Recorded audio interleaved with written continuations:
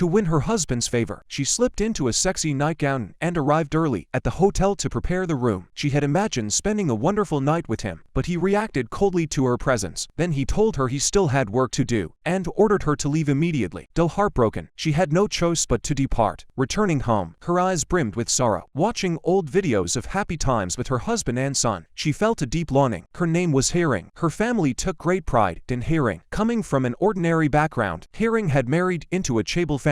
Her unsuspecting father kept praising Herring at the opening ceremony of his restaurant. Herring could only force a smile. Little did they know Herring was utterly unwelcome in her in-laws' home. Her husband Han Ki, the group's president, lived permanently at a hotel. He showed Herring no concern whatsoever to obey her mother-in-law's command to have a second child. Herring had no choice but to meet her husband at the hotel each time. If Herring said the wrong thing, her husband would immediately give her the cold shoulder and leave. To outsiders, Herring seemed blissfully happy in her wealthy marriage. Yet for Herring, this home was nothing but a cold, emotionless prison. When asked in an interview how she treated her daughter-in-law at home, mother-in-law King would reply, "You'd have to ask her." Coincidentally, Herring arrived to pick up her mother-in-law. Reporters pressed Herring about how her mother-in-law treated her. Herring froze, at a loss for words. She nervously replied that her mother-in-law was a very kind person. Though Kingwoo maintained a smile throughout, her face darkened with displeasure on the ride home. The innocent Herring couldn't fathom what she had done wrong. Secretary Lee, seated in the front, reminded Herring not to look anxiously at her mother-in-law during interviews, as observant reporters would inevitably jump to unfounded conclusions. Herring immediately apologized to her mother-in-law, but the mother-in-law ordered the driver to stop. Then she coldly kicked Herring out of the car. Herring could only walk forward helplessly. Soon she finally found a bus stop. Looking at her feet, raw and bleeding, she felt deeply wronged. A man beside her handed her a band-aid. Herring was very grateful. Just then, her husband called to ask if she met her mother-in-law. Herring lied, saying she and her mother-in-law were on their way back. The man beside her looked puzzled. Little did they know, their connection began at that very moment. That day, Herring received a call from her younger sister, Haewon. She said something major had happened at home. Herring had no choice but to quickly take her leave from her mother-in-law, watching her daughter-in-law rush away in a panic. Kingwoo instructed Secretary Lee to investigate what had truly transpired at his daughter-in-law's home. It turned out Herring's brother, Man-ho, had been unfaithful. The other woman had come to their doorstep with their newborn child. When Herring returned that evening, after handling the situation, her mother-in-law directly ordered her never to return to her parents' home again. She revealed the affair and the illegitimate child her brother had fathered. She warned that if the news spread, it would bring shame upon their family. Only then did Herring realize her mother-in-law had been spying on her all along. Though deeply upset, she could only endure it silently. Returning to her room, she was overjoyed to see her husband, who hadn't been home in ages. Herring thought sharing her grievances would bring comfort from her husband. Instead, he showed no concern for her, and even accused her brother of being unreliable. That day, Herring went to the supermarket to buy ice, but in her haste to leave, she forgot her money. A man nearby kindly paid for her purchase. Herring thanked him profusely. The man, however, scolded her for not following his advice to apply ointment to her feet. Herring suddenly recognized the man as the one who had given her a band-aid on the bus earlier. She expressed her gratitude to him once more. The man wondered why she would want ice on such a cold day. He then speculated she must be feeling down. Herring didn't deny it. Just then, her mother-in-law called. Herring hurriedly left. The man was deeply puzzled. He felt an odd sense of familiarity toward Herring. The man's name was Ji Kong. He was a brilliant surgeon, invited by Herring's husband. He was to operate on her father-in-law. The only warmth Herring felt at home came from cherishing her deceased son's belongings. To fulfill her mother-in-law's wishes, Herring wanted to have another child with her husband. Every night, she prepared tonics for him to drink, but Han Ki refused to cooperate. He blamed Herring entirely for their son's death. It was precisely because of this their marriage had deteriorated to this point. Moreover, in Han Ki's view,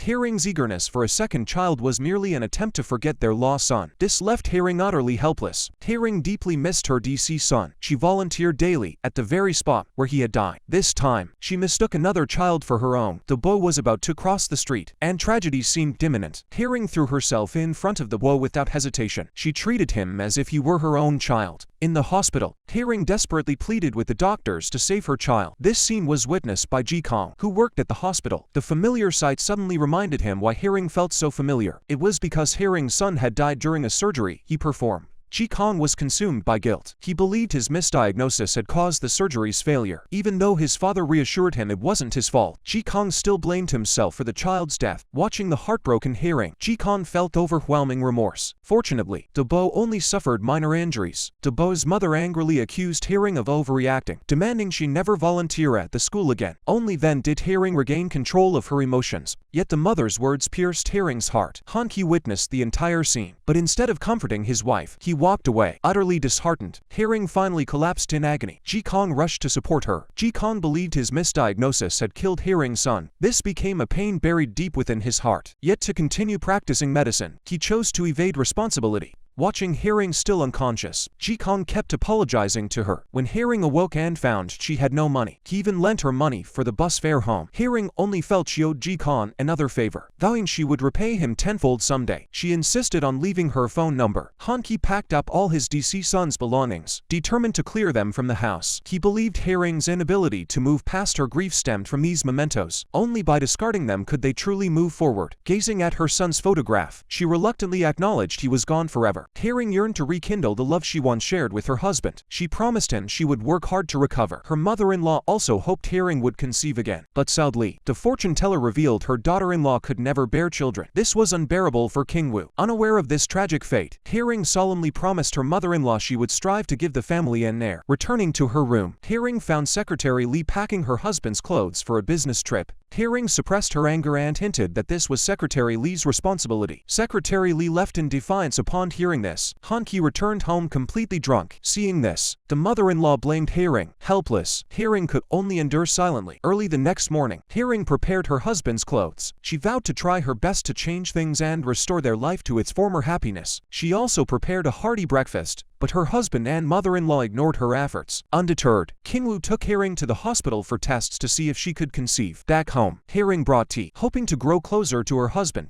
Han Ki rudely ordered her to leave immediately, claiming he had important matters to discuss with Secretary Li. This made Haring feel her standing in her husband's eyes was inferior to Secretary Li's. She vented her frustration to her mother-in-law, only to be harshly reprimanded in return. Overwhelmed by grievances with nowhere to vent, Haring pretended to call her husband outside, furiously accusing him of being overly intimate with Secretary Li. Just then, 3 high school students approached Haring, asking her to buy them items prohibited for students at the supermarket. Haring immediately scolded them, insisting they should focus on their studies. Little did she know this act would put her in danger. The 3 students immediately followed Haring, intending to retaliate. This scene was witnessed by Ji Kong. Soon after, the 3 students intercepted Haring. Not only did they threaten her, but they also attempted to snatch her purse. Just then, Ji Kong appeared and shouted them off. Though he drove away the 3 troublemakers, he ended up injured himself. Worried the students might seek further revenge, Ji Kong thoughtfully escorted Haring to her doorstep. This made Haring burst out laughing, because the one who got beaten up was Ji Kong. Haring felt certain the students wouldn't return for revenge. Only then did the 2, who had met multiple times, formally introduce themselves. Meanwhile, King Wu confirmed from the doctor that his daughter-in-law was essentially unable to conceive. Not only did she not get angry, she inexplicably began showing concern for her daughter-in-law. This sudden change in her mother-in-law made Haring believe her efforts had earned her approval. Yet Haring remained unaware that her mother-in-law was brewing a vicious plan to expel her from the family. How could King Wu allow a barren woman to sever her family's lineage? Secretary Li's affair with her son. As a mother, how could she not know? But Secretary Li wasn't the replacement King Wu envisioned for Haring. Still, she could be exploited to help drive Haring out. King Wu was a public figure. She absolutely couldn't bear the stigma of expelling a daughter-in-law for infertility. King Wu instructed Secretary Li to fabricate the reason for Haring and Han Ki's divorce. As long as they could divorce smoothly, she promised to fulfill all of Secretary Li's demands, except for Han Ki. That's why the mother-in-law began changing her attitude toward Haring. That way, when they eventually divorced, she wouldn't be vulnerable to outside scrutiny. That day, Ji Kong, unable to endure eating fast food daily, came to learn how to cook. His handsome appearance excited a group of women. What he didn't expect was that the cooking instructor was Haring. This truly embarrassed Ji Kong. Afterward, Haring kindly asked Ji Kong if his previous injury had healed. Ji Kong stubbornly insisted those minor injuries were nothing. This made Haring smile softly. Later, Haring accompanied Ji Kong to the supermarket to help him pick out cooking ingredients. 2 outsiders, they appeared to be a loving couple, but once home, Haring tried every possible way to please her husband. Her Her husband, however, remained indifferent to her. Seeing this, Haering could only force a smile. Meanwhile, Haering's younger sister Haewon had drunkenly slept with a coworker. Both blamed the other and ended up at the police station. Too afraid to tell their parents, Haewon asked her sister for help. Unexpectedly, Ji-Kang also arrived at the station. It turned out Haewon's coworker was none other than Ji-Kang's brother-in-law, Kan Min. Haering and Ji-Kang felt utterly helpless about the situation. After reviewing the surveillance footage, the police suggested they settle the matter amicably, but both parties insisted the other was at fault. The officers then showed them the video footage. The unspeakable scene left Haering deeply embarrassed.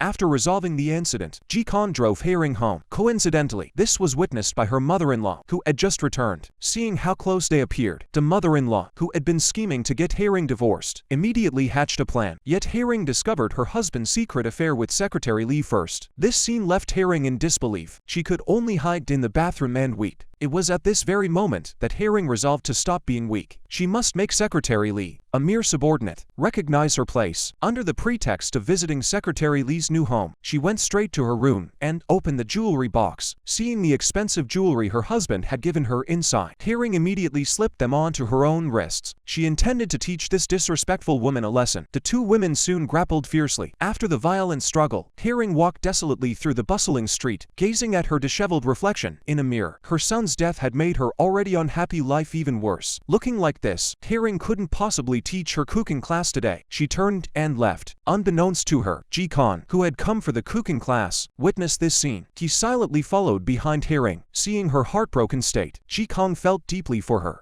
Before he knew it, he had followed Haering to her doorstep. Ji-Kang suddenly felt his actions were rather abrupt. Han-ki also learned the details of the situation from Secretary Lee. Though he felt cold and disgusted toward his wife, he didn't actually want a divorce. He knew Haering was the pride of her family. For the first time since their marriage, Han-ki invited his in-laws over for dinner. This made Haering's parents very happy. Han-ki went out of his way to put on a show. Haering knew Han-ki was doing this to make her drop her pursuit of Secretary Lee. She confronted her husband, demanding to know why he kissed Secretary Lee. Han-ki denied it. He explained that Secretary Lee had lost control due to being in a bad mood. Leading to the kiss, Secretary Lee had already apologized to him afterward. Han-ki vowed such an incident would never happen again. But Haering, emotionally exhausted, no longer trusted her husband's words. Meanwhile, the mother-in-law examined photos of Haering and Ji-Kang. She was determined to fabricate evidence of Haering's infidelity to expel her from the family. Elsewhere, Ji-Kang visited the memorial altar of Haering's son to express his remorse. Unexpectedly, Haering arrived and witnessed this scene. She didn't know Ji-Kang was the doctor responsible for her son's death. Ji-Kang didn't want to reveal this to Haering either, so he lied, saying he had come to pay respects to a friend and had accidentally seen her photo. Haering had come this time to pour out her grief to her son about being betrayed by his father. Upon meeting Ji-Kang, Haering inexplicably began recounting the happy times she shared with her son before his passing. Hearing this, Ji-Kang felt not only deeper pity for Haering but also intensified self-reproach. Returning home, Haering found her husband waiting for her. She had completely given up on him if she couldn't find a reason to continue living with him. Haering declared she would divorce him. Han-ki panicked at this turn of events. He specially brought a bouquet of flowers for Haering. But this gesture was unacceptable to Haering. She couldn't tolerate her husband's betrayal. Later, Han-ki found his mother eating. He had learned the truth about Haering's difficulty conceiving. He didn't know why his mother had concealed this fact. Yet he firmly tells his mother he will not divorce Haering. But King-woo decides to drive Haering away at any cost. The next day, she deliberately seeks out Ji-Kang, hoping he will perform surgery on a child with a brain tumor at the welfare center. Ji-Kang reluctantly agrees. That evening, King-woo approaches Haering again, saying he has arranged the surgery for the child with the brain tumor, and requested she find time to care for the child. Hearing it was such a noble cause, Haering readily agreed. The next day, Haering arrived at the hospital as instructed by her mother-in-law to care for the child awaiting surgery. Only then did she discover the doctor her mother-in-law had mentioned was none other than Ji-Kang. The two began discussing how to care for the child. Meanwhile, King-woo called his son and instructed him to take Haering to the hospital for a change of scenery. King-woo's plan was to make his son misunderstand the relationship between Haering and Ji-Kang. When Han-ki arrived at the hospital, he happened to see his wife together with Ji-Kang. This made him extremely displeased. Meanwhile, Ji-Kang was still haunted by the death of Haering's son. He didn't know if he could successfully save the boy. That evening, Haering was taken by her husband to an important dinner gathering. Midway through, she received a call informing her of complications during the boy's surgery. Han-ki suspected his wife wife was using the pretext of caring for the boy to secretly meet with Ji-Kong. Herring, unwilling to explain, stormed off in anger. The boy's surgery was eventually completed, but Ji-Kong was deeply worried about the outcome. He dared not inquire about any news. Hiding in a corner, Herring comforted him, saying it would be alright. Then, without thinking, she embraced Ji-Kong. Unexpectedly, Han-ki arrived and witnessed the scene. Refusing to listen to explanations, Han-ki punched Ji-Kong hard. He warned him never to approach Herring again. Then, dragging Herring to the hotel, he forcibly pinned her to the bed, demanding intimacy. Herring refused to allow her husband to treat her this way. She stormed out in anger. Meanwhile, the boy finally survived. Ji-Kong thanked the boy for helping him overcome his inner fears. That night, Herring's mother, Su-lo, dreamt of a snake. She reached out to stroke it, only to touch her husband's face beside her. She was overjoyed, believing it was a pregnancy dream. She was certain Herring was expecting. She excitedly called her daughter to inquire about her well-being. Herring felt a pang of sadness at her mother's concern, yet she could only lie and say she was doing well. Meanwhile, her mother-in-law sat at home leisurely, listening to beautiful music. Her plan had succeeded in making her son believe Herring had betrayed him. Now she would use this incident to drive Herring out of the house. That day, King-woo deliberately brought Herring to the hospital to see the child. Learning the boy had been taken for a checkup by Ji-Kong, King-woo instructed Herring to help Ji-Kong bring the child back. Herring handed her belongings to the nurse and left cheerfully. King-woo's plan to drive Herring away officially began. Soon after, Herring and Ji-Kong returned with the boy. Seeing this, the mother-in-law berated Herring. She then pretended to be angry and left. The nurse informed Herring that the mother-in-law already knew about her hug with Ji-Kong yesterday. Herring chased after her mother-in-law to explain. Little did she know, this was precisely the mother-in-law's objective. Panicked, Herring rushed home to clarify, but she found the door locked. She waited outside until evening. Only when her husband returned from work, only then was she able to re-enter the house. Her mother-in-law then confronted Herring, demanding why she returned so late. She even lied to her son, claiming Herring wanted to stay at her parents' home for a while. Han-ki didn't object and simply walked away. Herring seized the chance to clear her name, but her mother-in-law cut her off, ordering her to shut up. Returning to their room, Han-ki saw Herring's packed suitcase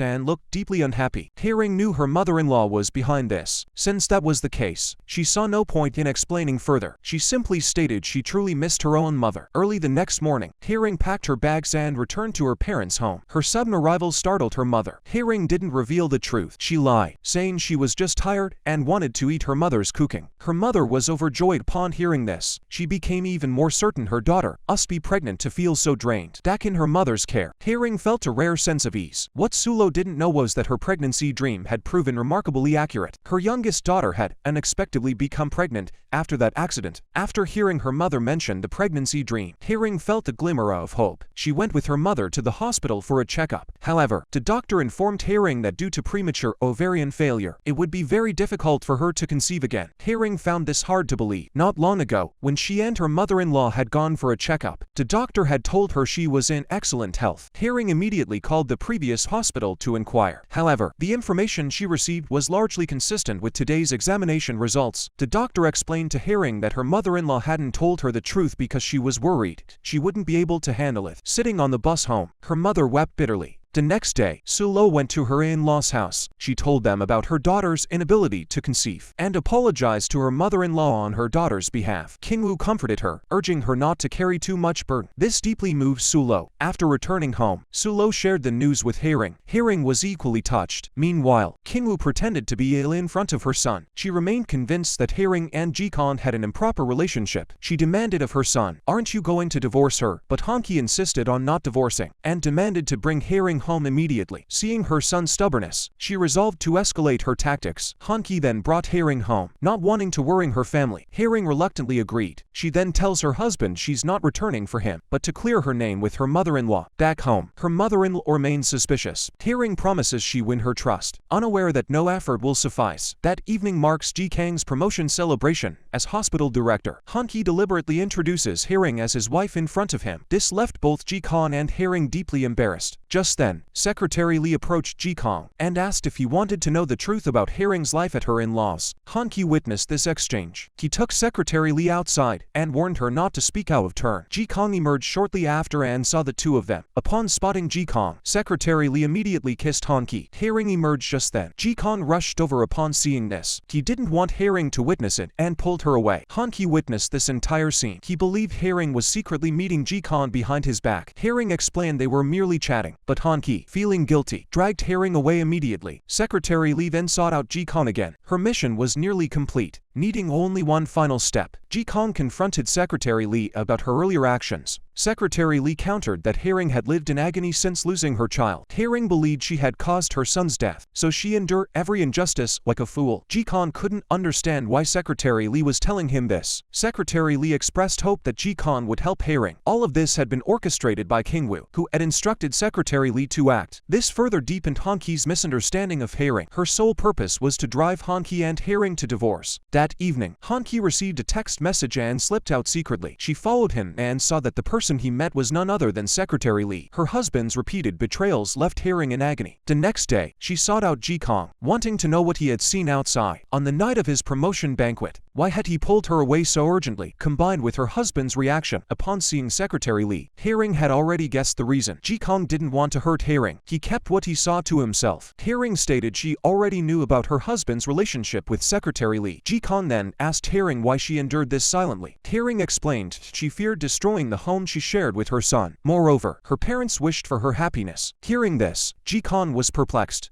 Why did Herring always prioritize others over herself? He asserted the root of the problem lay with Herring herself. It was Ji Kang's words that suddenly jolted the trapped Herring away. On her way home, Herring accidentally witnessed Secretary Lee meeting with her mother-in-law. Only then did she realize she had been living in her mother-in-law's web of lies. The last reason Herring had clung to for continuing this marriage crumbled completely. Gazing at her son's portrait, she hoped he wouldn't blame her. That very night, Herring confronted her husband in front of Secretary Lee and demanded a divorce. Returning home, Herring began packing her bags to leave, but Han Ki absolutely refused to allow the divorce. He then picked up the phone and called his mother-in-law. Seeing this, Herring's eyes filled with tears, yet she was powerless. Upon learning of this, the mother-in-law deliberately berated Herring, asking what right she had to demand a divorce. Herring immediately exposed her mother-in-law's hypocrisy. Unexpectedly, the mother-in-law not only denied it, but falsely accused Herring of having an improper relationship with Ji Kong. Hearing this, Herring left in sorrow. She wandered helplessly through the streets. Just then, Ji Kong appeared before her. How she wished Ji Kong could help her. The only one happy after her departure was her mother-in-law. Han Ki realized it was his affair with Secretary Lee that had broken Herring's heart. He admitted he had wronged Herring. King Wu, however, told her son it wasn't his fault, and stated she would personally handle their divorce. Yet Han Ki firmly opposed the divorce. King Wu hadn't expected her son to be so resolute, but she refused to give up. Herring followed Ji Kong to stay at her father's clinic in the countryside. Just then, Herring suddenly developed a fever and collapsed. Watching the unconscious Herring, Ji Kong felt immense pain. He had always believed it was his fault for causing Herring's child to die, which had led to her suffering. Yet he couldn't share her pain. The only consolation was that he was a doctor and could treat her when she was feverish. The next day, Herring awoke to unfamiliar surroundings and recalled how she had pleaded with Ji Kong for help the night before. This left Herring deeply embarrassed. Fortunately, Ji Kong made no mention of that awkward memory. To help Herring forget her troubles, Ji Kong brought Herring to his father's clinic and asked her to help tidy up. Sometimes Ji Kong would secretly stare at Herring, lost in thought. Father Daoheng noticed his son's unusual behavior, but was delighted. He saw at a glance that his son was deeply fond of Herring. He insisted his son must marry Herring. Later, Daoheng sought out Herring to express his gratitude for helping his son regain his spirit. Herring remained silent, offering no explanation. Meanwhile, Han Ki clung to Ji Kang's side, refusing to leave. He suspected Herring and Ji Kong were together. Ji Kong denied it. Han Ki then secretly followed Ji Kong. Seeing Ji Kong head to a hotel, Han Ki assumed Herring was hidden there. When he burst into the room searching for her, Ji Kang's brother-in-law, Kong Min, appeared. It turned out Ji Kong had spotted Han Ki following them on the way back. To conceal Herring's location, he changed course and came to Kong Min's place. Kong Min's father was the chairman of Han Ki's company. Ji Kong was the chairman's former son-in-law. This maneuver successfully shook off Han Ki. Upon returning home, however, he found no trace of Herring. Panic immediately seized him. Fortunately, Ji Kong found Herring deep in thought on a side street. Herring finally realized Ji Kong might have developed feelings for her. After Herring discovered him, Ji Kong admitted he had indeed fallen for her. But Herring now dared not accept these feelings. For a good friend like Ji Kong, she genuinely hoped they could stay together forever. Just as Ji Kong was about to leave, he suddenly heard Herring scream. He rushed into the house to ask what had happened. He then discovered Herring's room was in complete disarray. He initially thought it was the work of a thief. Herring then received photos from her mother-in-law. The pictures showed Herring and Ji Kong together. It turned out Herring's every move had been under her mother mother-in-law surveillance. Her time with Ji-kong became yet another piece of evidence her mother-in-law used to slander her as unfaithful. The mother-in-law threatened Haring if she didn't take full responsibility for the divorce, she would release all these photos. Haring never imagined things would escalate to this point. Seeing this, Ji-kong told Haring not to endure any more injustice. Han-ki quickly learned the entire story from Ji-kong. Upon returning home, he confronted his mother about her wrongdoing. However, King-woo firmly believed Haring was to blame. After facing her mother-in-law's threats, though she had Ji-kang's support, she didn't want to involve Ji-kong. She confronted her mother-in-law, demanding why she was doing this. King-woo no longer hid the truth. Haring was infertile and unfit to be his son's wife. He had been unwilling to publicly expel her to preserve appearances. Only then did Haring finally understand everything. In the end, King-woo ordered Haring to end things with Han-ki that very night, and to pack her belongings and leave as soon as possible. Haring also wished for this outcome. King-woo felt triumphant, seeing his plan to drive Haring away succeeding. That evening, Haring deliberately prepared a feast. She told Han-ki this was the last meal she would cook for him. Han-ki tried to persuade her to stay, but Haring insisted on the divorce. Afterwards, she went to the room of her deceased son for a final farewell. Though threatened by her mother-in-law to take the blame herself, Haring had no intention of doing so. Seeing Haring still present, the mother-in-law assumed she was waiting for alimony. Haring didn't deny it, but called it not alimony, but what she deserved. Enraged, King-woo prepared to threaten Haring again. Yet Haring showed no fear. She too held leverage over her mother-in-law. She produced the recording of her mother-in-law's earlier threats. The mother-in-law was stunned. Her reputation, which she valued above all, was suddenly at stake. Haring then packed her bags and left the house. But no sooner had she departed than King-woo dragged his son to a blind date. Han-ki showed no regard for his mother's feelings, telling the woman he already had a wife, and walked straight out. To make her son give up on Haring quickly, King-woo actually redecorated Han-ki's room, erasing every trace of Haring. This enraged Han-ki. He told his mother again that no matter what, he would never divorce Haring. King-woo couldn't understand her son's stubbornness. Han-ki explained he didn't want divorce to stain his life. Haring, now free, finally felt liberated. Ji-kong was also delighted Haring had made the right choice. He busied himself decorating her new home. Haring found being with Ji-kong incredibly easygoing. Meanwhile, Han-ki, adamant about not divorcing, resorted to pressuring his father-in-law to make Haring reconsider. But this time, Han-ki miscalculated. Haring had already heeded Ji-kang's advice and resolved to prioritize herself from now on. When her father learned of her divorce plans, he vehemently opposed them. No matter how he pleaded, Haring remained adamant about ending the marriage. Recalling her ordeal at her in-laws' home filled Haring with sorrow. Seeing his daughter's eyes brimming with tears, his heart sank with profound despair. Upon returning home, he discovered his wife holding fertility medication. Under his persistent questioning, she finally revealed Haring's inability to conceive. Only then did he understand the source of his daughter's anguish. Han-ki intended to seek Haring's forgiveness, but instead witnessed her with Ji-kong. Drunk and distraught, he took his anger out on Ji-kong, but Ji-kong refused to engage with him. The next day, King-woo sought out a fortune teller to help his son find a bride. The fortune teller declared that his son must first leave his current wife. Upon hearing this, King-woo resolved to get rid of Haring as soon as possible. The fortune teller then gave her a talisman. Placing this talisman under her son's pillow would sever the bond between him and his wife. Unexpectedly, Han-ki witnessed his mother's furtive actions and sensed something amiss. He immediately discovered the talisman hidden in the pillow. Enraged, he crumpled it and tossed it into the trash. Under the pretext of protecting Haring, arranged for a nanny and hired bodyguards to escort Haring to and from work. In reality, this was a way to monitor whether Haring was spending time with Ji-kong. Meanwhile, Haring was surprised when Insu, the chairman's wife, called her asking for a meeting. Upon arriving, Haring was shocked to find her mother-in-law and Han-ki already present. Ji-kong was also invited to the gathering. Insu felt uneasy learning Haring was growing close to her former son-in-law. She had always wanted to win Ji-kong back as her son-in-law. Thus, she orchestrated this dinner gathering. The table was filled with hypocrisy. Haring felt suffocated. She went to the restroom to escape the pressure. Returning, she accidentally collided with a waiter. Wine glasses shattered on the floor. Ji-kong rushed over to Haring in concern. Unable to bear it any longer, he grabbed Haring and led her away. Watching his wife being taken by another man, Han-ki followed them outside. Unfortunately, he was a step too late. He could only watch helplessly as the two drove away from him. Ji-kong brought Haring to the mountaintop to comfort her. Upon their return, she discovered Han-ki had been waiting at the door all along. Inside, Han-ki immediately began packing Haring's belongings, intent on taking her back, but Haring refused to go no matter what. Han-ki returned home dejectedly. His mother, furious that Haring hadn't returned, angrily confronted her. Han-ki intervened to stop his mother from driving Haring away. In desperation, he revealed the truth he had undergone a vasectomy after his son's death. This left King Woo utterly incredulous. Han-ki told his mother he couldn't bear the pain of losing another child. Despite this, King Woo remained determined to expel Haring from the household. She believed Haring was responsible for her son's condition. The chairman also berated Han-ki for failing to control his wife, who was now walking alongside his former son-in-law. They still hoped Ji-kan would become their son-in-law again. Han-ki placed all the blame on Ji-kan, and even suggested a plan to the chairman to win Ji-kan back quickly. To do so, they must bring back his 8-year-old son. He believed the child was the best way to mend the marital bond. Meanwhile, Haring was at work when In-soo came looking for her. She bluntly demanded Haring end all contact with Ji-kan. Haring insisted she had no right to interfere in Ji-kang's affairs. In-soo angrily revealed Ji-kan and her daughter already had a child, and warned her never to approach Ji-kan again. Haring sought out Ji-kan to confide in him. Ji-kan was relieved she could vent her frustration. He then stormed to confront the chairman and his wife, declaring he had freely chosen to love Haring. Finally, he severed all ties with the chairman's family. Meanwhile, the unsuspecting Sulo came to visit her daughter. King Woo bluntly informed Sulo that her daughter betrayed her husband and has been expelled from the household. By the time Haring rushes back, her mother has already departed. Haring knows King Woo must have fabricated the story. Seeing this, King Woo attempts to strike Haring. This scene is witnessed by Han-ki, who has just returned. Haring warned Han-ki that if he didn't leave her alone, she would have no choice but to file for divorce in court. Sulo returned home in anguish. She never imagined her daughter had suffered such injustice at her in-law's home. Meanwhile, King Woo feared Haring might actually file for divorce in court. She worried her reputation would be damaged, so she went straight to Haring's parents and produced photos of Haring with Ji-kan, accusing Haring's betrayal of ending the marriage and blaming them for failing to raise their child properly. After King Woo left, the family felt Haring's treatment was unjust. Unable to bear it any longer, Sulo rose to chase after the departing King Woo. She grabbed a trash can and dumped its contents onto King Woo's car. Han-ki, who had rushed over, paid no heed to his mother's words. He simply dragged her away. Back home, King Woo began berating his son for not avenging her. He declared he would leak the photos of Haring and Ji-kan to the media to stir up a scandal. Han-ki, pushed to his limit, accused his mother of destroying his family, but King Woo persisted relentlessly. With no other choice, Han-ki agreed to his mother's demand and divorced Haring. The next day, Han-ki and Haring finally finalized their divorce. But could their entanglement truly end here? After the divorce, Haring took a job teaching cooking classes at the school where her son had passed away. Coincidentally, Ji-kang's 8-year-old son Luka, who had just returned to Korea, became one of Haring's students. Haring channeled her grief for her son into caring for Luka. Luka adored Haring as his teacher. The three lived together like a happy family. That day, Haring and Ji-kang finally confirmed their romantic relationship. Ji-kang's father was delighted they were together, but during a conversation with Haring, he unexpectedly learned that Haring's deceased child was the very demon haunting Ji-kang's heart. He confronted his son, demanding why he had to fall in love with Haring, but Ji-kan could no longer abandon Haring. Da-heng didn't try to break up his son and Haring. He advised his son that it wasn't his fault. He told him to treat Haring well from now on. Meanwhile, the chairman, desperate to win back Ji-kan as his son-in-law, went so far as to privately release news that Ji-kan would remarry his daughter. This enraged Ji-kan. In a fit of anger, he immediately tendered his resignation to the chairman. Han-ki couldn't understand why Ji-kan divorced the chairman's daughter. The chairman explained that 5 years ago, Ji-kan made a grave mistake during a child's surgery, plunging him into a deep depression. He then neglected his own daughter. That's why she betrayed Ji-kan. Han-ki now realized the child the chairman mentioned might be his own son. The fact that his son had died during that surgery was equally unbearable for Han-ki, but he didn't know that the doctor's grave error had caused his son's death. To confirm this, Han-ki went to the hospital to inquire about his son's case. This confirmed his suspicion that it was likely the doctor's mistake that led to his son's death, and the person who performed the surgery on his son was Ji-kan. Seeing how deeply Haring loved Ji-kan now, Han-ki chose not to reveal what he knew to Haring. He then sought out Ji-kan. Upon learning Han-ki was aware of the truth, Ji-kan immediately knelt before him. He begged Han-ki not to tell Haring. Enraged, Han-ki beat Ji-kan. Han-ki also knew his son likely wouldn't have survived even without the misdiagnosis. He urged Ji-kan to leave Korea before Haring discovered the truth. That day, King Woo spotted Haring and Ji-kan leaving together. She immediately ordered her driver to follow them. Haring hadn't dared drive since her son's death 5 years prior. Seeing Haring behind the wheel, King Woo instantly conceived a plan for revenge. Soon, Haring noticed her mother-in-law catching up. Her nerves instantly frayed, compounded by complex road conditions. Haring accidentally crashed into a median barrier at an intersection. After the plan succeeded, King Woo immediately fled the scene. Haring escaped serious injury, but Ji-kan lost consciousness consciousness. Witnessing this, Haring was overcome with guilt. Han-ki desperately reassured her that everything would be fine. Yet Haring feared the tragic events of the past repeating themselves. King Wu, watching from afar, raged at Haring's unharmed state. Ji-kan regained consciousness after treatment. However, nerve damage in his arm rendered him permanently unable to perform surgery. Haring dared not inquire about Ji-kang's condition. Han-ki sensed her fear. He brought Haring to Ji-kang's hospital room and assured her he was alive and well. Seeing Ji-kan unharmed, Haring's heart finally settled, but she remained unaware of the damage to Ji-kang's arm. Meanwhile, Han-ki angrily confronted his mother, having spotted her vehicle at Haring's accident scene. Facing his son's accusations, King Wu leaped, claiming she'd merely passed by coincidentally. Then she turned her blame toward Haring. At that moment, Han-ki finally understood that no matter how hard he tried, he could never win Haring back. He had once wanted Ji-kan to leave Korea, but now he begged Ji-kan to stay. He didn't want Haring to live in such agony anymore. Unaware of the truth, Haring spent each day happily with Ji-kan and Luca. They truly looked like a happy family, but Ji-kang's former mother-in-law couldn't bear to watch. She blamed Haring for ruining a brilliant surgeon's career, preventing him from ever operating again. Only then did Haring realize the immense pain she had caused Ji-kan. Recalling that her car accident had been triggered by seeing her former mother-in-law, Haring immediately blamed King Wu for everything. King Wu blames Haring for ruining Han-ki's chance to marry the wealthy heiress. Furious, Haring calls Han-ki to sever all ties with him. Finally, Haring warns King Wu that if he dares touch anyone close to her again, she will expose every single thing he's ever done. Haring vowed to stay by Ji-kang's side for the rest of her life and care for him properly. The chairman was also furious with Haring. He resolved to use his influence to make Haring disappear from Ji-kang's life. Han-ki rushed to the school where Haring worked, hoping to spare her some pain, but Haring knew how to handle those who sought to harm her. She then wished to sever all ties with Han-ki. Just then, Han-ki called out to Haring. Tomorrow marked the anniversary of his son's death. He lacked the courage to visit his son's grave alone. He hoped Haring would accompany him. The next day, Han-ki prepared an engagement ring. He planned to propose to Haring again on their son's memorial day. Following their agreement, he drove to their son's grave. During the drive, he suddenly felt excruciating pain in his head. His vision blurred, obscuring the road ahead. He nearly collided with a pedestrian crossing the street. Han-ki's discomfort intensified. Just then, Haring called to remind him. Before he could answer, he collapsed unconscious. Meanwhile, Haring assumed Han-ki had stood her up. After paying her respects at her son's grave, she drove home alone. An ambulance happened to pass by her at that moment. Unbeknownst to her, Han-ki was inside. At the hospital, a young doctor asked Ji-kan to review a brain CT scan. Ji-kan immediately identified a malignant tumor. Even with surgery, the patient would barely survive a year. He didn't know this CT belonged to Han-ki. Han-ki later learned this devastating news from the doctor. The doctor urged immediate surgery, but Han-ki told the doctor he must visit his son now. There was no time left. He forced himself to drive despite his physical discomfort. Carrying his son's favorite soccer ball, he rushed to the cemetery, but it was too late. The gates were already closed. Fortunately, after Han-ki's persistent pleading, the caretaker finally made an exception. Han-ki then confessed his regrets before his son's memorial. Meanwhile, the young doctor informed Ji-kan that the patient in the CT scan was Han-ki. Ji-kan was stunned by the news. He now had to do everything possible to get Han-ki to agree to surgery. Soon, he found Han-ki. Seeing that no amount of persuasion would work, Ji-kan had no choice but to give him the prepared pain medication. As Ji-kan left, Han-ki warned him not to tell Haring about his condition. The next day, Han-ki arrived at Haring's parents' house. He recalled the first time he proposed to Haring. If he had treated Haring well from that moment on, then even if he died right now, he would have no regrets. Every year on his mother-in-law's birthday, Han-ki had always been indifferent, just sending gifts through others. This time, he arrived at Sulo's birthday celebration with a bouquet of flowers. His appearance astonished everyone present. No one welcomed Han-ki's arrival. Just then, Ji-kan also arrived. Haring tried to shoo Han-ki away, but Ji-kan, knowing Han-ki's illness, stopped her. Han-ki had come to apologize to everyone before his impending death. Haring's father, unable to tolerate it any longer, dragged Han-ki outside. He angrily ordered Han-ki never to disturb their lives again. Ji-kan ran out after Han-ki. He urged Han-ki to return to the hospital for surgery, but Han-ki refused. Haring called Han-ki, berating him for ruining her mother's birthday party. Han-ki explained he only wanted to apologize to everyone. Unaware of the truth, Haring wanted nothing more to do with Han-ki. Meanwhile, Ji-kan kept searching for solutions for Han-ki's condition. Dao Heng, upon seeing this, advised his son not to get involved now, as his current hand condition made surgery impossible. That day, Han-ki sought out Haring's father again. This time, he accompanied the chairman. The chairman's son had impregnated Taewon before marriage, and he utterly refused to accept Sambon's humble background. He offered money for Haewon to terminate the pregnancy, which enraged Sambong. Seeing this, the chairman also flew into a rage. He then berated Sambong's two daughters for their loose morals. Sambong, enraged, grabbed the chairman, ready to teach him a lesson. The chairman urgently sought help from Han-ki, but instead of assisting, Han-ki scolded the chairman for his careless words and ordered him to apologize to Haering's father immediately. Seeing this, the chairman had no choice but to apologize. Feeling betrayed, the chairman left, his face filled with disbelief. Sambong was equally baffled by Han-ki's actions. The chairman had intended to ruin Han-ki's reputation. Fortunately, Han-ki had uncovered many of the chairman's secrets over the years. Seeing this, the chairman could only expel Han-ki from the company. For Han-ki, this moment felt like liberation. He recalled how his coldness toward his wife had gradually formed solely to serve the chairman's interests. To fulfill the chairman's tasks, he hadn't even spared a moment to care for his son. It was precisely because that day, when his son saw him and waved, he had ignored him and walked away. If he had stopped then to take his son home, his son wouldn't have ended up in that car accident and left this world. Han-ki knew it was all his own fault that led to his tragic fate today. An event that day was hard for Haering to accept. She resolved to start working at the restaurant to help her father secure the manager position. But unexpectedly, Han-ki arrived. He had returned to the hairstyle he wore when courting Haering. Ignoring Haering's protests, he stepped forward to stand beside Sambong and announced he would become the restaurant's manager. Haering couldn't comprehend her father's actions, yet Sambong insisted on keeping Han-ki, regardless of his daughter's objections. Haering didn't know her father acted this way because the night before, Han-ki had sought him out alone and knelt before him, pleading. He didn't reveal his terminal illness, but said he wanted to make amends for his debt to Haering. Seeing this, Sambong agreed. Han-ki watched Haering from afar. Only then did he realize how beautiful she truly was. Yet his worsening condition forced him to hide and take painkillers. Now,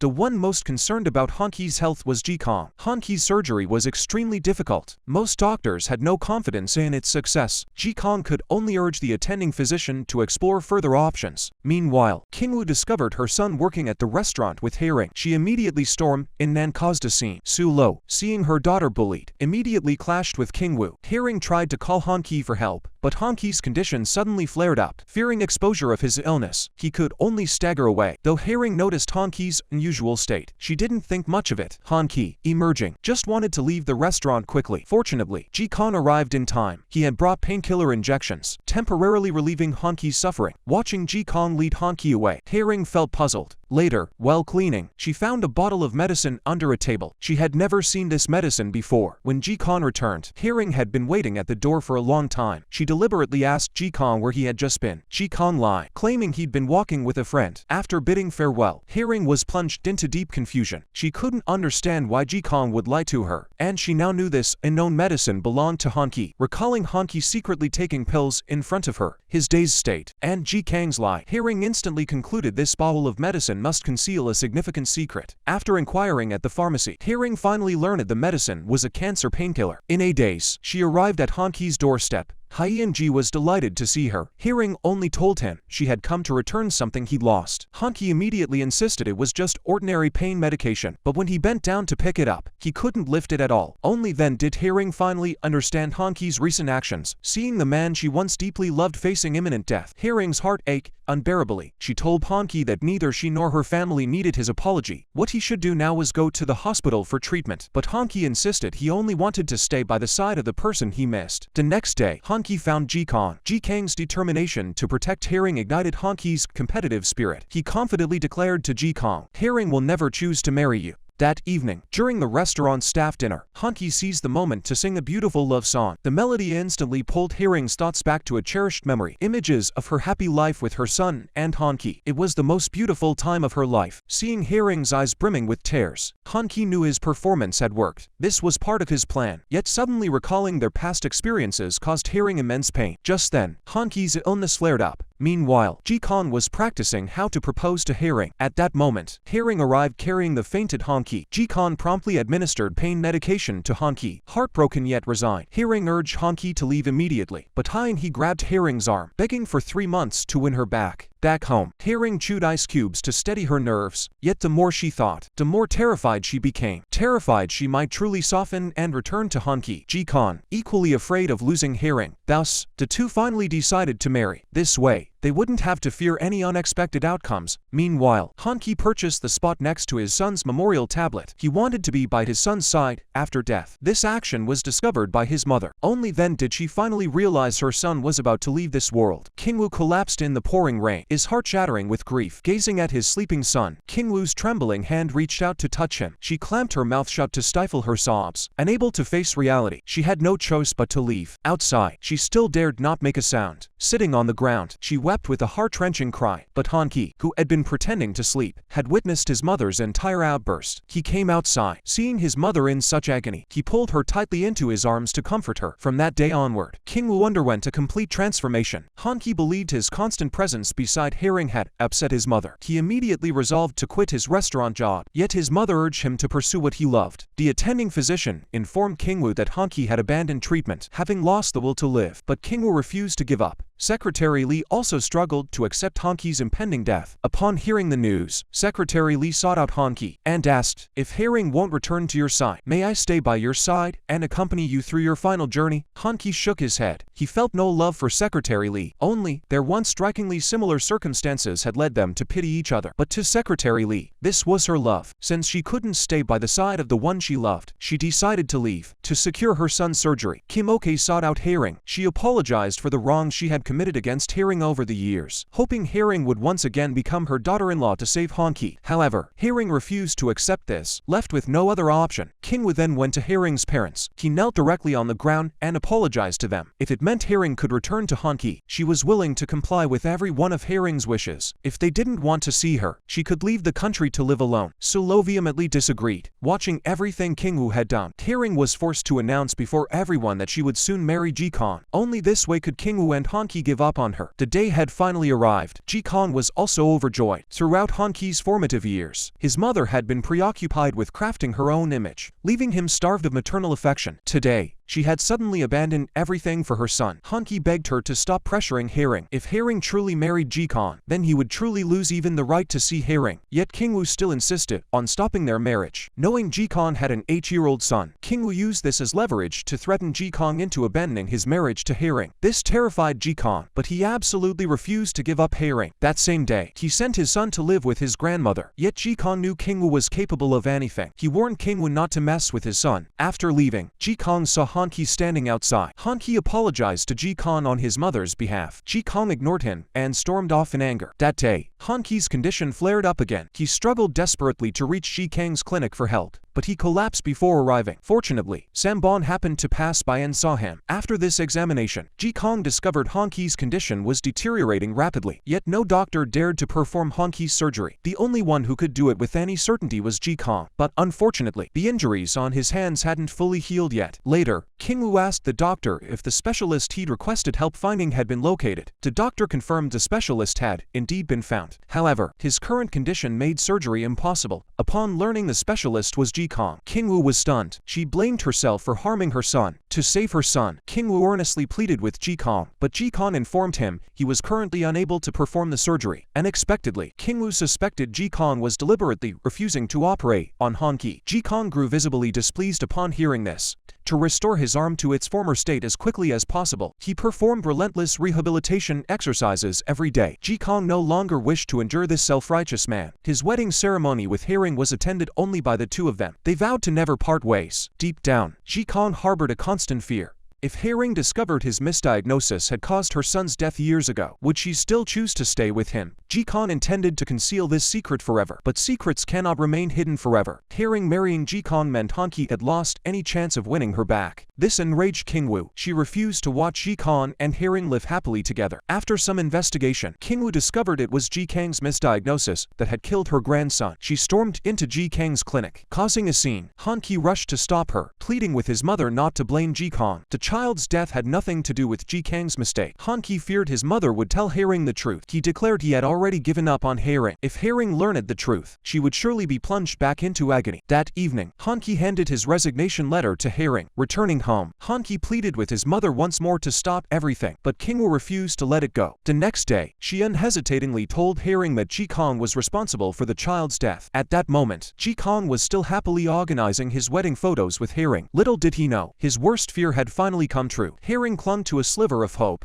wishing Ji-Kong would deny it. Seeing this, Ji-Kong could only apologize to Haring. Her last shred of hope was shattered. Haring completely broke down. Staring at the wedding photo with Ji-Kong on the table felt like the ultimate irony. After venting her grief, Haring told Ji-Kong sadly, "Let's pretend nothing ever happened between us." Then she walked away without looking back. Ji-Kong could only accept this painful reality. Back home, Haring clutched her deceased son's photo and wept bitterly. The situation had reached its worst possible outcome. Ji-Kong informed Hanki that Haring now knew the truth, hoping he could help care for her. Hanki was furious upon hearing this. He immediately sought out Haring, who had been staying home. But no matter how Hanki explained, Haring remained convinced Ji-Kang's misdiagnosis had killed their son. Seeing Haring like this deeply disappointed Hanki, she lived solely in her own world, completely ignoring those around her. This was exactly the same state she had been in 5 years ago after their son's death. Haring was unaware how much her condition tormented those around her. It was precisely because of this back then that Hanki, unable to bear it any longer, sought solace from Secretary Li. That evening, to Hanki's surprise, Haring returned home with all her belongings. Kingwoo was overjoyed to see Haring back. The current Haring also did not want Hanki to die. She must keep Hanki alive. Through relentless practice, Ji-Kang's hands could now barely grasp a scalpel. This time, he would save Hanki. Soon, Hanki began preoperative examinations. Haring firmly believed Hanki would survive. Just then, Ji-Kong entered. The doctor introduced Ji-Kong as Hanki's surgeon, fearing history would repeat, demanded a change of surgeon. Yet Haring didn't know that Ji-Kong was the only doctor capable of performing Hanki's surgery now. Ji-Kong firmly declared he would save Hanki, but Haring didn't believe him. That day, she learned from a young doctor about the immense pressure Ji-Kong was facing. Hanki's condition was deemed completely hopeless by all doctors, yet Ji-Kong insisted on operating regardless of the risks. Failure would deal Ji-Kong a devastating blow. The doctor cited an example from 5 years prior, when Ji-Kong had performed life-saving procedures on a woe with no chance of survival after a car accident. Haring knew the woe the doctor referred to as hopeless was her own son. It was precisely because of this that Haring began to understand her son's death wasn't Ji-Kang's fault. In that moment, she also realized the immense pain she had caused Ji-Kong. Just as she was about to leave, she suddenly saw Ji-Kong sitting in the corner. Seeing this, Haring felt a sharp pang of sorrow. She urged Ji-Kong to find a different surgeon for Hanki, but Ji-Kong insisted he must perform the surgery himself. Haring hoped Ji-Kong could escape this place. Her plea for him to flee was witnessed by Hanki. This sight deeply troubled him. Hanki didn't want to die, nor did he want to lose Haring. So on the day of the surgery, he demanded Ji-Kong save his life. Knowing her son was undergoing surgery today, Kingwoo dared not go to the hospital. She could only gaze at her son's childhood photos at home, praying to God for a chance to keep him alive. As the surgery was about to begin, Hanki feared he might never see Haring again. The only person who could save Hanki was Ji-Kong.